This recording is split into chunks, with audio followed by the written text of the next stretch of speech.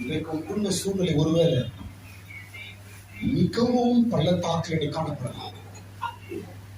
உன் பாதை, உன் குடும்ப வாழ்க்கை, நீ போய்கொண்டிருக்கிற சூழ்நிலை ஒரு பள்ளத்தாக்கு போல இருக்கலாம். ஆனால் அந்த பள்ளத்தாக்கிலும் தேவ ஆசீர்வாதம் வரும்.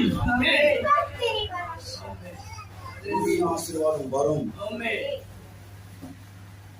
தண்ணீர் அங்கேயும் வரும்.